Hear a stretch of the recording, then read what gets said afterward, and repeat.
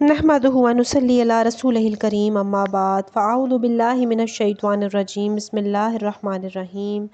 رب اشرح لی صدری ویسر لی امری واحلل عقدۃ من لسانی یفقہوا قولی۔ سورہ النساء آیت نمبر 6۔ وابتلوا الیتامی، اور جانچتے پرکھتے رہو یتیموں کو، حتیٰ یہاں تک کہ اذا جب بلغوا پہنچ جائیں وہ نکاح کی عمر کو، فَإِن پھر اگر آنستم پاؤ تم منہم ان میں رشدًا عقل کی پختگی،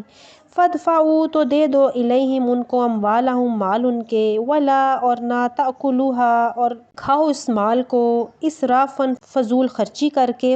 وبداراً جلدی جلدی، ان کہ کہیں یکبروا بڑے ہو جائیں، ومن اور جو کانا ہو غنیًا آسودہ حال،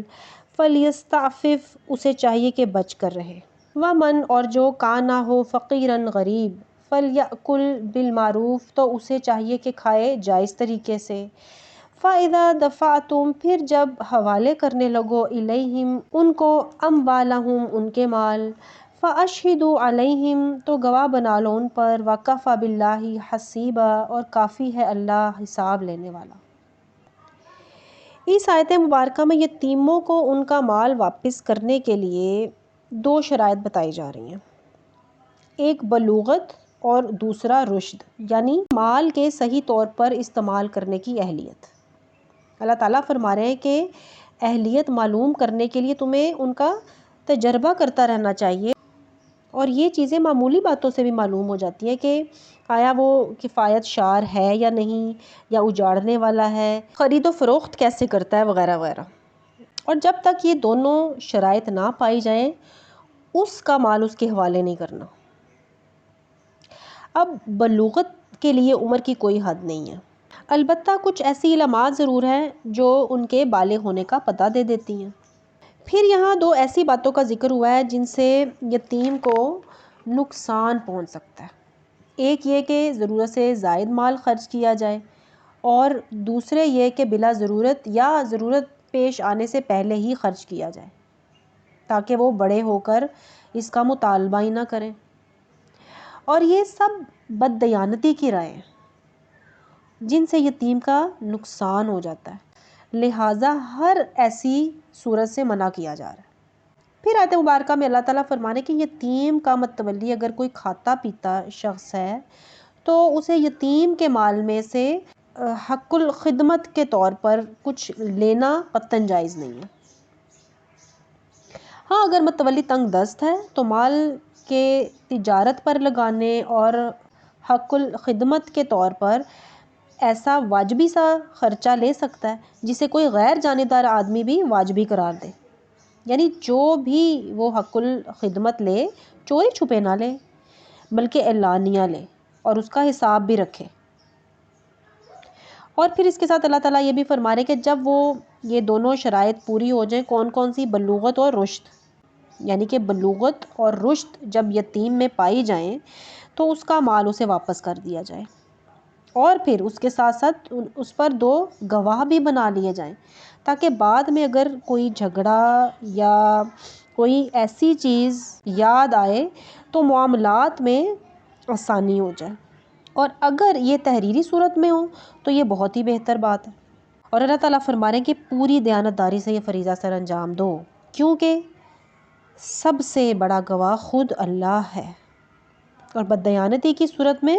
وہ پورا حساب لینے پر بھی قادر ہے۔ آیت نمبر 7۔ للرجال نصیب مما ترک، مردوں کے لیے حصہ ہے اس ترکے میں سے جو چھوڑیں، الوالدان والاقربون، والدین اور قریبی رشتہ دار، وللنساء اور عورتوں کے لیے بھی، نصیب مما ترک الوالدان والاقربون، حصہ ہے اس ترکے میں سے جو چھوڑیں والدین اور قریبی رشتہ دار، مما قل منہ او کثر، وہ ترکہ کم ہو یا زیادہ، نصیبا مفروضا، یہ حصہ مقرر ہے اللہ کی طرف سے۔ عرب میں عورتوں کو میراث میں شامل کرنے کا دستور نہیں تھا، بلکہ عورت خود ورثہ شمار ہوتی تھی، اور اس آیت کی روح سے اللہ تعالیٰ نے عورت کو اس ذلت کے مقام سے نکال کر وراثت میں حصہ دار بنایا ہے۔ اسلام کے آنے سے پہلے عربوں میں میراث کے بارے میں 3 طریقے رائج تھے۔ ایک یہ کہ میراث کی بنیاد حلیف ہونے کی بنیاد پر ہوتی تھی، یعنی اگر ایک شخص دوسرے کا حلیف بن جاتا تھا کہ میری جان تیری جان، میں تیرا وارث اور تو میرا وارث، یعنی ہمارا تعلق خونی رشتوں سے بھی بڑھ کر ہے، جیسے روح، جان اور مال کا تعلق، تو جب کوئی ایسا عہد کرتا جسے ولا کہا جاتا تو اس کے بعد اس کے خونی رشتہ داروں کو حصہ نہیں ملتا تھا، کیونکہ سارا مال حلیف لے جاتے تھے۔ پھر ایک دوسرا طریقہ متبنہ کا، یعنی کسی کو منہ بولا بیٹا بنا لینا، یعنی حقداروں کو محروم کرنے کے لیے اگر کسی کی اولاد نرینہ نہ ہوتی تھی تو وہ کسی اور کو منہ بولا بیٹا بنا لیتا اور ساری جائیداد اس کے حوالے کر دیتا تھا۔ پھر جب کسی کا حلیف یا متبنہ نہیں ہوتا تھا تو اس کا مال اس کی اولاد کو جاتا، تو اس پر بھی یہ ظلم ہوتا کہ اولاد میں سے بیٹوں کو حصہ ملتا، بیٹیوں کو نہیں ملتا تھا، بھائیوں کی طرف جاتا تو بیویوں کو نہیں ملتا تھا، یعنی عورت حق کے وراثت سے محروم تھی، اور ان کا یہ کہنا تھا کہ یہ اس کا حق ہے جو نیزہ لے کر لڑ سکے، دشمن کا مقابلہ کر سکے اور مال غنیمت اکٹھا کر سکے۔ تو اسلام نے دور جہالت کے اس ظلم اور رسم و رواجوں کو ختم کیا، اور مرنے کے بعد مرنے والے کے مال کے بارے میں اللہ تعالیٰ نے خود حصے مقرر کیے اور اس میں کسی کو شریک نہیں کیا، اور انصاف اور حکمت کے ساتھ ہر صاحب حق کو اس کا حق لوٹایا، خواہ میت تھوڑا چھوڑ کر جائے یا زیادہ، اللہ کی طرف سے حصے مقرر ہو چکے ہیں، وہی الہی کے مطابق ہی ترکہ تقسیم ہوگا۔ آیت نمبر 8۔ وَإِذَا حَضَرَ الْقِسْمَةَ أُولُو الْقُرْبَى، اور جب موجود ہوں تقسیم کے وقت رشتہ دار،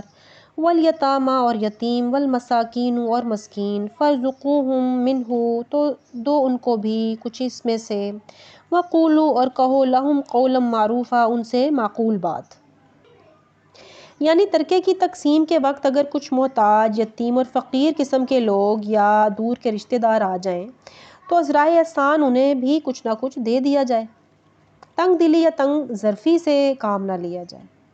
اور اگر ایسا نہیں کر سکتے تو کم از کم انہیں نرمی سے جواب دیا جائے،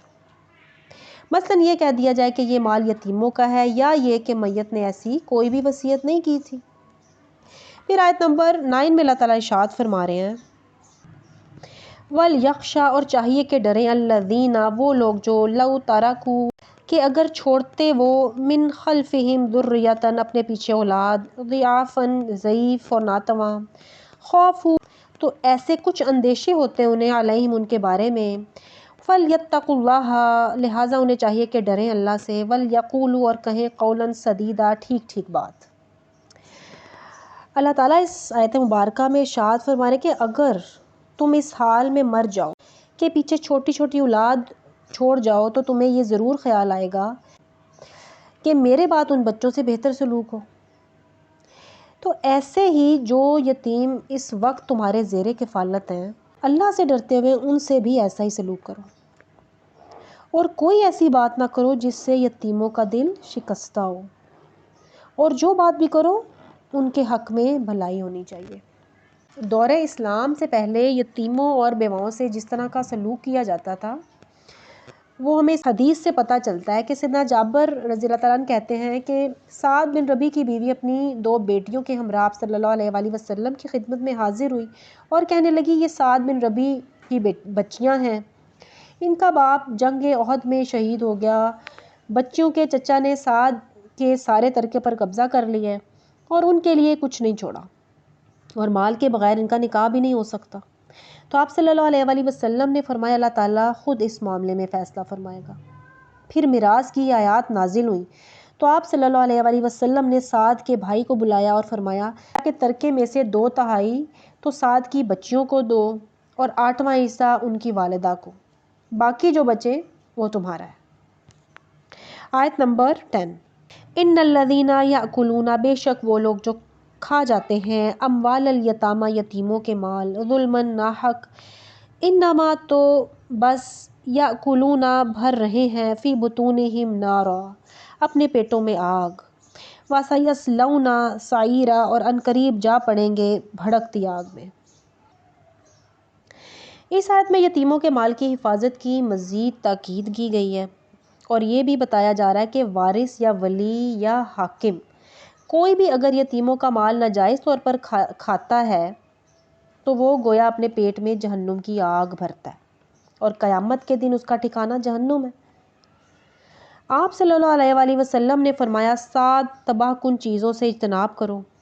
صحابہ نے عرض کی اے اللہ کے رسول صلی اللہ علیہ وآلہ وسلم وہ کیا ہیں؟ تو آپ صلی اللہ علیہ وآلہ وسلم نے فرمایا اللہ کے ساتھ شرک کرنا، جادو، ناحق قتل، سود کھانا، یتیم کا مال کھانا، جنگ کے دن پیٹھ پھیرنا اور پاک دامن مومن عورتوں پر تہمت لگانا۔ آپ صلی اللہ علیہ وآلہ وسلم نے معراج کا واقعہ بیان کرنے کے دوران فرمایا کہ میں نے چند لوگوں کو دیکھا جن کے لب اونٹوں جیسے تھے اور ایک فرشتہ ان کے لب کھول کر منہ میں آگ کے انگارے ڈالتا تو وہ ان کے نیچے سے نکل جاتے اور وہ درد کے مارے چیختے چلاتے اور فرشتہ اور انگارے ان کے منہ میں ڈال دیتا اور انہیں مسلسل یہ عذاب ہوتا رہتا۔ میں نے جبرائیل علیہ السلام سے پوچھا کہ یہ کون لوگ ہیں؟ جبرائیل علیہ السلام نے جواب دیا کہ یہ وہ لوگ ہیں جو یتیموں کا مال ناحق کھایا کرتے تھے۔ اللہ تعالیٰ ہمیں ان آیات کا فہم عطا فرمائے اور ان پر عمل کرنے کی توفیق عطا فرمائے، آمین یا رب العالمین۔ سبحانک اللہم و بحمدک، اشہد ان لا الہ الا انت، استغفرک و اتوب الیک۔